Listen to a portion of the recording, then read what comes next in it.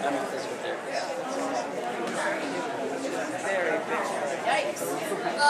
first off, I just want to say that this is a record-breaking crowd for an event like this so far. So thank you everyone. Help me in welcoming Mr. Donald Trump to Wartburg College.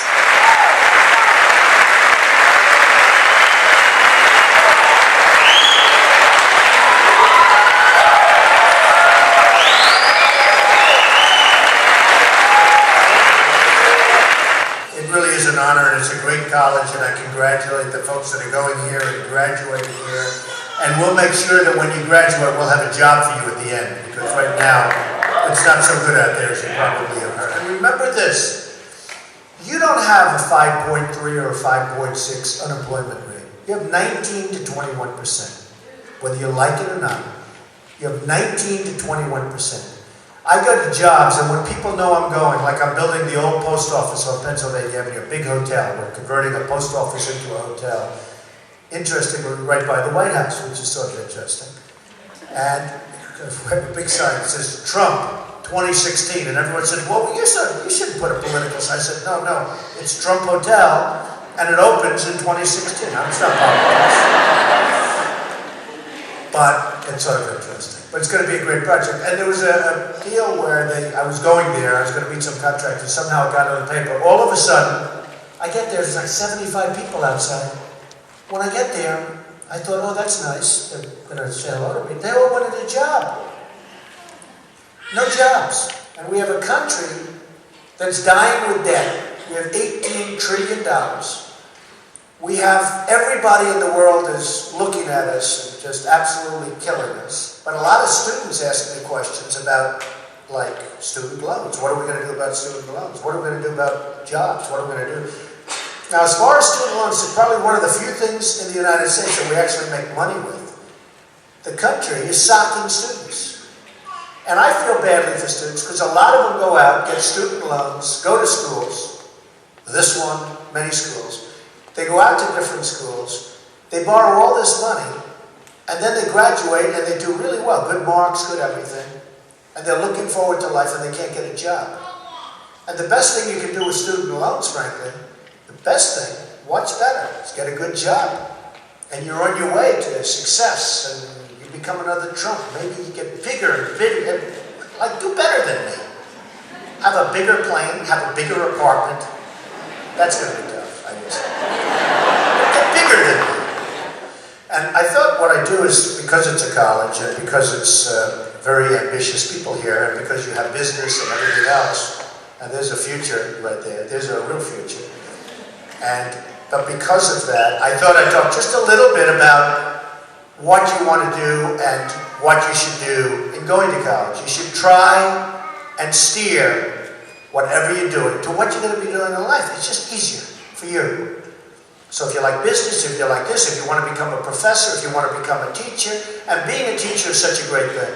And maybe it's not quite the same money, but you know what? There's nothing more important for the people that want to become teachers, where you take our youth and you teach them about whatever it is you're good at and what you know. This guy was just somebody that was very interesting to me, because his father's one of the most successful people on Wall Street, a total well-known guy, most of you would have heard of his name, and a brutal man, not a nice man, a brutal man. Actually, I'd probably use him to negotiate with China. He would do very well, instead of these Mickey Mouse people that we have negotiating that don't know a damn thing. Sort of interesting. I tell that to people too. I would get people that are so tough, so smart. And I know the smart ones. I know the dumb ones. I know the overrated ones. I know people that, like they think they're good and they're not. But I know people that nobody even knows that are so smart, so tough that China, Japan, Brazil, Mexico, they don't have a chance. But we use, good is right, but we use amateurs. It's like amateur night. We use amateurs. I mean, it's one of those things. I bought Doral in Miami. I fixed it. A man came up to me and said, it's this incredible, hundreds of acres right in the middle of Miami. And it was in bad shape because years and years of abuse. And, it's like the country. It was abused, just like our country's abused. It was run by financial people, which our country's sort of run by financial people if you think about it. With Doral, what they did is, for years, it was tremendously successful. Even when it wasn't good, because it's in such a great location. It's phenomenal, right in the middle of Miami. And what happened is, bing, bing, bing, they'd all pay a fortune for it. They paid. Everybody would buy it and sell it, for a fortune. Wall Street guys. And then finally, you know, it's like a game of musical chairs. Finally, they bought it, and what happened is the market crashed. So they bought it up here, I bought it down here, I love that. Isn't that good? Wouldn't it be nice if our country could do things like that? They bought it for hundreds of millions of dollars. I mean, and they built this gorgeous brand new ballroom, spent $52 million on this massive ballroom. And I said, golfers don't want a ballroom. They don't want a ballroom. They don't need it. They don't want kids with Mickey Mouse ears running around with it, but they don't want it. But you know what? I got it for nothing. I paid a very low price, I got the ballroom. So I like it. For nothing, I like it. For $52 million, you can have it. So these Wall Street guys, they bought it. And I said to the head of this firm, and I said very strongly, I said, you know, let me ask you this question. Have you done this before? No, I haven't. Have you ever been a member of a club? No, I haven't. Have you ever gone to a club? No, I haven't. He said it on Wall Street. He didn't even know where it was. That's the way our country's being run. So I took it and I did an unbelievable renovation very quickly. And Golf Magazine, the big golf magazine, just gave it a couple of weeks ago, Renovation of the Year. And in the story, they said it may be the greatest renovation of all time. It may be the greatest renovation of all time.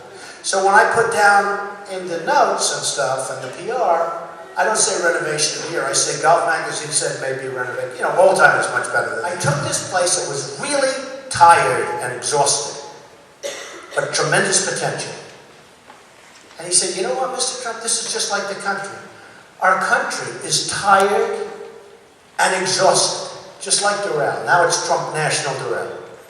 The ballrooms are new. The rooms are all new. I gutted everything. The golf courses blew them up. The Blue Monster, all the courses. All the great players were there 3 weeks ago. Great tournament. Dustin Johnson won. Tiger was there. I mean, everybody's there. It's the big tournament. It's the World Golf Championship. But he said, you know, Mr. Trump, this place was tired and it was exhausted. And you came along and it's now one of the hottest resorts in the world. And you did it so fast. He said, that's what the country needs. And I said, you know, it's interesting. In a certain way, that's exactly what the country needs. We have to fix the country. It's ill. It's not feeling well. It's been mistreated. It's been scoffed at. It's been run by incompetent people. It's been run by dishonest and crooked people. A lot of crooked people running this country. It's been treated badly. And it needs help. And it needs it quickly. We have to take our jobs back from China and Mexico and many other places. And we have to save Social Security and not cut it. You know, every other Republican candidate or potential Republican candidate, they're talking about really doing numbers on Social Security. They're talking about bringing the age, take the age and make it much higher. In some cases, I heard numbers that are higher. Many of us will never get to that age. But they're talking about doing very serious numbers on Social Security. But they have no idea where to get money. They don't know that Ford just announced 2 weeks ago that they're going to spend $2.5 billion on building one of the largest car factories in the world. And they're going to sell cars to the United States, no tax. Pours right through the border. Because we're stupid. We're stupid. Now, if I were president, I would call Mr. Mullally, who's a great guy, head of Ford. I would say, let me tell you something. You are a great guy. And I think it's wonderful that you're investing in Mexico, but here's the story. If you do that, your cars aren't coming here for nothing. Because when you build over there, that means you're taking jobs away from the United States. They're going to build cars and trucks over there and sell them to the United States. How does that help us? How does it help us? So I would say, if you do that, we're going to charge you a 25 to a 35% tax on those cars. Because the United States is going to make a hell of a lot of money with all those cars that you're building on our back. And if you don't like it, then you can stop with your building over there and build something in our country.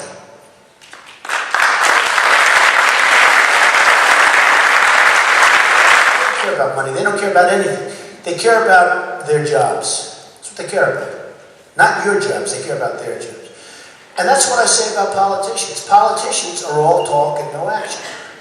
So they're going to hear me talking about China and the 25, 30, 40, 70 people that are going to run. I mean, some of these people are running. They lost their jobs. They lost an election. Now they're running for president. I say, how do you lose your job? You get fired from your job. You then lose in a landslide in an election. And you say, okay, now I've done well. Now I'm going to run for president. Explain that to me. This is what we have running for president. And we have many. That's one of the good examples. By the way, that's one of the better people. So we have all these people running. They don't deserve to run. You have people lost elections and landslides unrelated to the last. And then they say, okay, now I lost an election by record numbers. And now I'm going to run for president. This is what we have. We don't need this. We don't have the choice. I mean, people, actually a lot of people like me. People really do. They like me as a person, but I don't think it matters. They like me because they know that the country will not be ripped off by China. They're not going to be ripped off anymore. Those days are over. And I thought Romney could do a better job. He did a rotten job. I don't know what the hell happened to him. He choked. You know? It's true. Shawn Johnson didn't choke. She came home with gold. No, it's true. No, I love her. She's incredible. But she's a champion. She came home with the gold. I mean, she beat everybody. She didn't choke. But some athletes choke. And some politicians choke. But he choked. I was very angry because, you know, say what you want about Obama. That last month he was on Jay Leno. He was on David Letterman. He was on all the shows. And Mitt, I don't know, he went into hiding. He went into hiding. When we got hit by the hurricane, he could have been out there helping. And Obama was. A lot of good photo ops. It was only a photo op. But he was out there. And Mitt could have been out. So I was very disappointed with him. He choked. I want to see this country be great again. And these politicians aren't going to be able to do it. They don't do it. They don't have it. They're all talk and no action. All of them. And I watch them standing up. We're going to do this, and the sun's going to rise tomorrow. They're walking around the stage. I just want to stand there and I'm like, I don't care. If you don't like me, that's okay. But you know that I'll do a good job. That's one thing. You know I'll do the best job. China is taking such advantage of this. And I would say to the head of China, there won't be a steak dinner. There will be McDonald's, but I want you to pay for it. And you've been screwing us long enough. And we have all the cards you don't. Because we're going to charge you from this point forward a 25% tax on everything that comes into this country.